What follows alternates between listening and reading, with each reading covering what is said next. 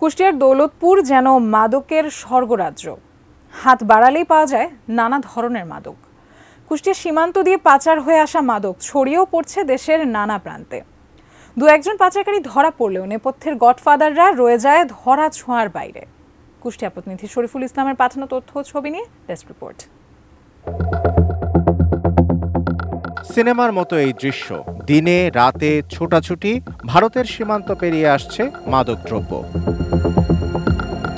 কুষ্টিয়া জেলার সীমান্তবর্তী উপজেলা দৌলতপুর ৪৬ কিলোমিটার জুড়েই ভারত সীমান্ত। তার ১৮ কিলোমিটারে কাঁটাতারের বেড়া, বাকি ২৮ কিলোমিটার উন্মুক্ত। সেই পথে আসছে কোটি কোটি টাকার বিভিন্ন প্রকার মাদকদ্রব্য, হাত বদল হয়ে যা দেশের নানা প্রান্তে ছড়িয়ে পড়ছে। আমরা লেবার, আমাদেরকে দিয়ে ইন্ডিয়া থেকে বাংলাদেশ পর্যন্ত নিতে আমাদের ২,০০০ টাকা মজুরি দেয়। এই সীমান্তে এমন কোনো দিন নয় যে ৪,০০০-৫,০০০ সেঞ্চুরি গাঁজা ঢোকে। প্রতি রাতে ২-৪০০ লোক ইন্ডিয়ার সীমান্তে প্রতিদিন থাকে। রাত ৮টার পরে সবাই আসবে, বিভিন্ন জায়গা থেকে লোকজন আসে। কোন হাতে পর মানে কার হাত থেকে কম নিকি করে একবারে মনে করো যে এই এলাকা থেকে একবারে হাওয়া। স্বাস্থ্যকর অল টাইম ফ্যামিলি কেক, সব সময় all time healthy life. Bharat থেকে পাচার হয়ে প্রতিদিন দেশে ঢুকছে প্রচুর ফেন্সিডিল, গাঁজা, হেরোইন, ইয়াবা ও মদ। উদ্বিগ্ন নাগরিক সমাজ বলছেন, পুলিশ প্রশাসনের তদারকি কমে যাওয়ায় বেড়েছে মাদক পাচার ও ব্যবসা। প্রতিরোধ ও নিয়ন্ত্রণ করা না গেলে ধ্বংস হয়ে যাবে দেশের যুব সমাজ।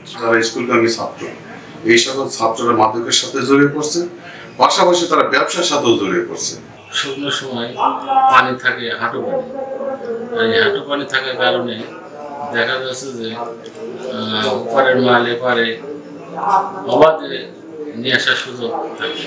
প্রশাসনের কর্মকর্তারা বলছেন, মাদক পাচার রোধে অভিযান চলমান রয়েছে। অভিযানে মাদক সহ কারবারিদের আটকও করা হচ্ছে। ইতিমধ্যে বেশ কয়েকজন মাদক ব্যবসায়ীকে গ্রেপ্তার, মাদক উদ্ধার এবং অবৈধ অস্ত্র উদ্ধার করতে সক্ষম হয়েছি। আমাদের অভিযান, চেকিং, নিয়মিত তল্লাশি কার্যক্রম অব্যাহত থাকবে। জেলা প্রশাসন থেকে আমরা সবসময় বিষয়গুলি মনিটর করার চেষ্টা করছি। পাশাপাশি আর্মি এবং অন্যান্য আইন শৃঙ্খলা বাহিনীও এই বিষয়ে আমাদেরকে সহযোগিতা করছে। Shamsul Arefin, desk report, ATN news.